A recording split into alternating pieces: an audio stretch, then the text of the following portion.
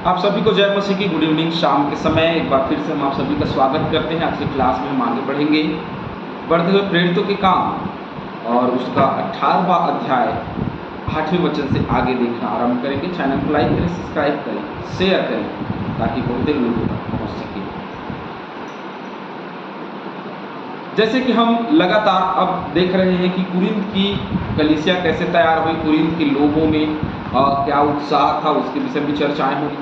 तो वह आराधनालय में गया, लेकिन वहाँ से उसकी अवहेलना की गई और उसको भगा दिया गया और समस्याएं उसके बीच में रही, और इसीलिए वो आराधनालय से निकल करके तीतुस यूस्तुस के घर में गया। तब 8वें पद में लिखा है, तब आराधनालय के सरदार क्रिस्पुस ने अपने सारे घराने समेत, इसने क्रिस्पुस ने, तब आराधनालय के सरदार, अब देखिए आराधनालय का एक सरदार है और आराधनालय के सरदार ने, क्रिस्पुस नाम का एक व्यक्ति है, उसने सारे घराने समेत प्रभु पर विश्वास किया और बहुत से कुरिन्थवासी सुनकर विश्वास लाए और बपतिस्मा लिया। ये कुरिन्थ की कलीसिया की शुरुआत सरदार क्रिस्पुस से आरंभ हुई और बहुत सारे कुरिन्थवासी सुनकर और विश्वास किया और विश्वास लेकर के बपतिस्मा ले। तो ये एक सवाल था, बहुत दिनों पहले ये सवाल किया गया था कि बपतिस्मा कब लेना चाहिए। तो क्या विवाह के समय लेना चाहिए कि क्या शादी से पहले जब 18 वर्ष का उम्र हो जाए तब लेना चाहिए, ये एक सवाल है। लेकिन बाइबिल जो बताती है, या बाइबिल की घटनाएं या बाइबिल में जो उदाहरण हमको देखने को मिलते हैं, वो हमेशा विश्वास लाने के बाद का बपतिस्मा की बात बोलता है। प्रभु यीशु मसीह ने कहा कि तुम जगत के लोगों को पहले विश्वासी बनाओ, चेला बनाओ, और फिर तुम बपतिस्मा लो। तो पहले चेला बनो, विश्वासी बनो, और फिर आप क्या करो, फिर आप बपतिस्मा लो। ये बाइबिल स्पष्ट रूप से इस स्थान में हमको बताए। पहला कुरिन्थियों 1:14,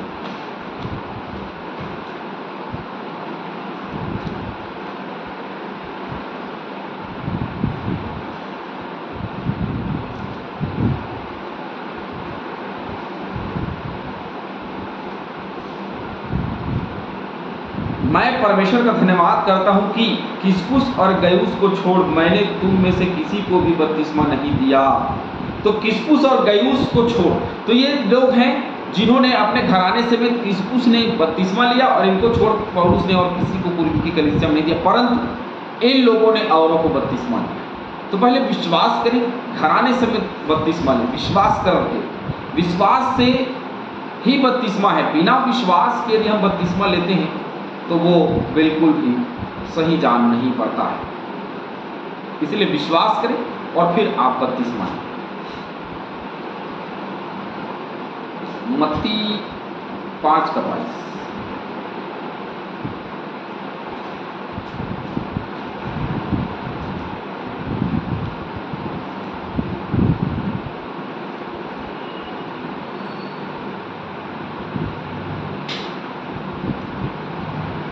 परंतु मैं तुमसे यह कहता हूं कि जो कोई अपने भाई पर क्रोध करेगा वह कचहरी में दंड के योग्य होगा, और जो कोई अपने भाई को निकम्मा कहेगा वह महासभा में दंड के योग्य होगा, और जो कोई कहे अरे मूर्ख वह नरक की आग के दंड के योग्य है। इसलिए यदि तू अपनी भेंट वेदी पर लाए तो स्मरण करे कि मेरे भाई मेरी और कुछ विरोध न हो, तो अपनी भेंट वही वेदी के सामने छू और जाकर पहले अपने भाई से मेल मिलाप कर और तब आकर अपनी भेंट को अर्पित करना।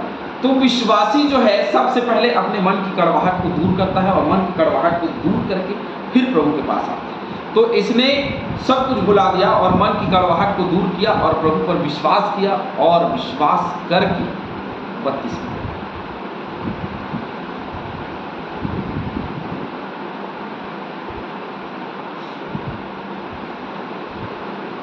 प्रभु ने एक रात दर्शन के द्वारा पौलुस से कहा। अब क्या हुआ कि एक दर्शन हुआ पौलुस को, क्योंकि उन दिनों में पवित्र आत्मा की भरपूरी अगुवाई के साथ में चला करते थे और पौलुस विशेषकर।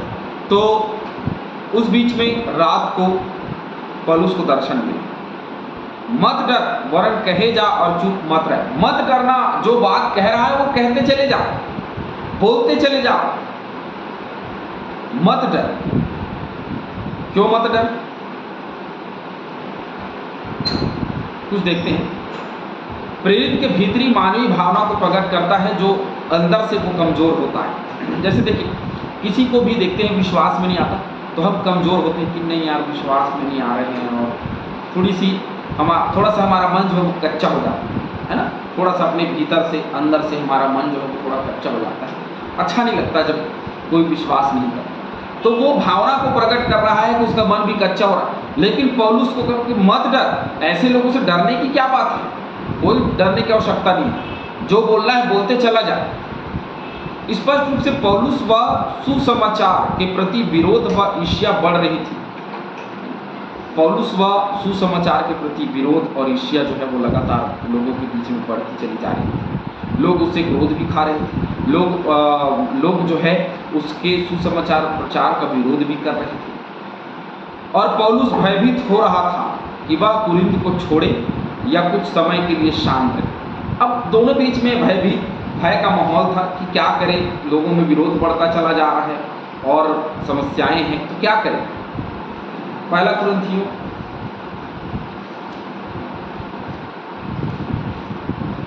2:3, और मैं निर्बलता और भय के साथ और बहुत थरथराता हुआ तुम्हारे साथ रहा।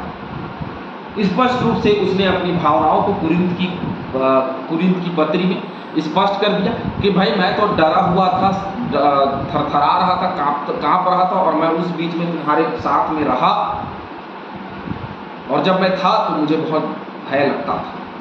इसी प्रकार की भावनाएं परमेश्वर के विश्वास से लोगों के हृदय में समय समय पर जन्म ले सकती हैं। जैसे पौलुस के जीवन में ये भावनाएं जो है वो अंदर से मनखेदित है, अंदर से परेशान है, अंदर से भय है। ये भावनाएं हर एक विश्वासियों के बीच में या प्रचार करने वाले प्रचारक के बीच में हो सकता है ना। और ऐसे समय में जैसे कि एलिया जैसे मनुष्य के लिए भी स्पष्ट है ना। पहला राजा 19:4 में आप पढ़ेंगे, वहाँ यिर्मयाह को भी आप देखेंगे तो 15:15। ऐसी परिस्थितियों में परमेश्वर अपने सेवकों के हृदय को ढांढस देता है, उसकी उपस्थिति की प्रतिज्ञा करता है, और जो उनके भय से छुटकारे के लिए बहुत है उनमें जीवनों में परमेश्वर की इच्छा को पूरा करने के लिए आशा व शांति देता है। जैसे हम 10वें पद में पढ़ते हैं, चलिए, क्योंकि मैं तेरे साथ हूँ और कोई तुझ पर चढ़ाई करके तेरी हानि न करेगा, क्योंकि इस नगर में मेरे बहुत से लोग हैं। तो बहुत से लोग हैं इस नगर में मेरे, तुझे किसी प्रकार की हानि नहीं होगी, मत डर, क्योंकि मैं तेरे साथ हूँ। लोग हैं वो हैं, लेकिन मैं तेरे साथ। पौलुस का यह वचन कहीं पर भी मसीह की सामान्य उपस्थिति को नहीं दर्शाता है, कभी भी मसीह की सामान्य स्थिति को नहीं दर्शाता, जैसे कि उसका सर्वव्यापी होना। भजन संहिता 139 को आप जब पढ़ेंगे तो वहाँ पे जैसे कहा कि, चलिए भजन संहिता 139,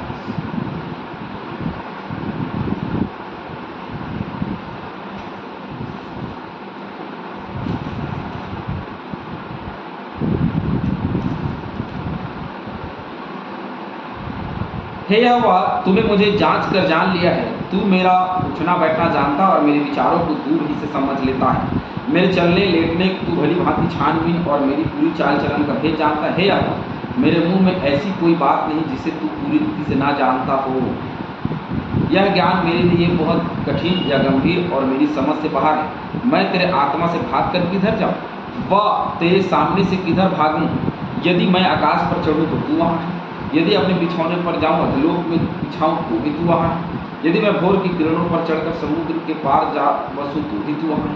तो हर समय मैं कहीं भी चला जाऊँ तू वहाँ है, तो मुझे किस प्रकार का भय? क्योंकि वो है मेरे भय के समय, वो मेरे साथ है, और मेरा ढाल और मेरी झीलम और मेरा बल और मेरी ताकत। क्योंकि उसने मत्ती 28:18 में कहा कि मैं तेरे साथ हूँ।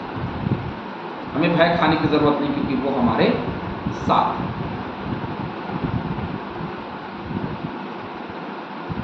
इसलिए वह उनमें परमेश्वर का वचन सिखाते हुए 1.5 वर्ष तक रहा। भले ही भय के साथ में था, लेकिन परमेश्वर ने निर्भय किया और वह उसी जगह में कुरिन्थ नगर में वो 1.5 वर्ष तक सुसमाचार प्रचार करता। जब गल्लियो अखाया देश का हाकिम था तो यहूदी लोग एका करके पौलुस पर चढ़ आए और उसे न्याय आसन के सामने लाकर कहने लगे। अब क्या है कि भाई इतने दिन में था तो सताव का समय तो आना ही था। रोमियो 15:26।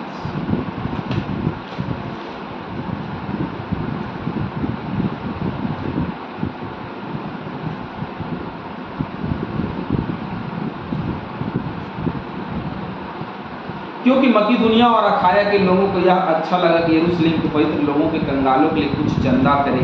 तो ये अखाया वही है जहां परमेश्वर के सुसमाचार का प्रचार आगे चल करके हम देखते हैं। तो अब उसको पकड़ लिया और पकड़ करके न्याय आसन के सामने लाए कि अब उसका न्याय करें कि अब उसको न्याय पे घसीटा जाए। यह लोगों को समझाता है कि परमेश्वर की उपासना ऐसी रीति से करे जो व्यवस्था की विपरीत है। अब मसीह यीशु का आना व्यवस्था को पूरा करना, लेकिन इन लोगों को लगता था कि यह व्यवस्था के विपरीत है, जो व्यवस्था के अलग जा रहा है। जब पौलुस बोलने पर ही था तो गल्लियों ने यहूदियों से कहा, हे यहूदियों, यदि यह कुछ अन्याय या दुष्टता की बात होती तो उचित था कि मैं तुम्हारी सुनता, लेकिन मैं तुम्हारी ना सुनूंगा।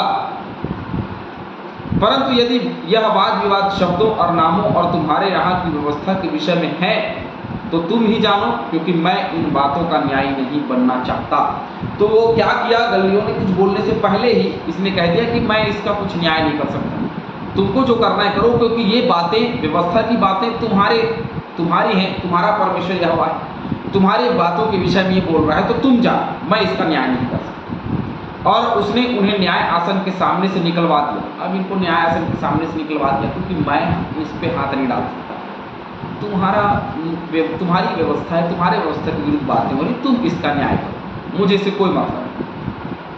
तब सब लोगों ने आराधनालय के सरदार सोस्थिनेस को पकड़ के न्याय आसन के सामने मारा, परंतु गल्लियों ने इन बातों की कुछ भी चिंता न की। तो गल्लियों ने इन बात की कोई चिंता नहीं की। क्या हुआ, सोस्थिनेस को पकड़ करके न्याय आसन के सामने क्या कर दिया, मारा। इसको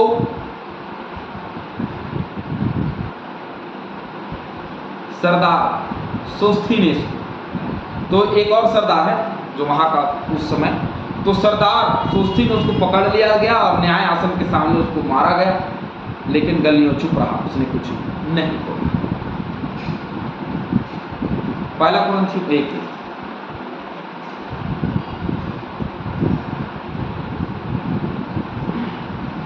पौलुस की ओर से जो परमेश्वर की इच्छा यीशु मसीह पर प्रेरित होने के लिए बुलाया गया है, और भाई सोस्थिनोस की ओर से, ये वही सोस्थिनोस है, तो इसलिए मारा गया क्योंकि ये विश्वासी बन गया था, इसलिए उसको मारा गया पिता। तो इस प्रकार से सताव जो है वो मसीहियों पे चलता रहा, लेकिन सुसमाचार का प्रचार कहीं भी रुका नहीं, क्योंकि यहोवा ने कहा, मत डर, क्योंकि मैं तेरे साथ। तो परमेश्वर यहोवा हमारे साथ है, डरने की कोई बात नहीं, ना डरे, परमेश्वर के सुसमाचार का प्रचार करते रहे, जीवन पर्यंत करते रहे और करते रहे। प्रभु आप सभी को बहुत आशीष। आमीन।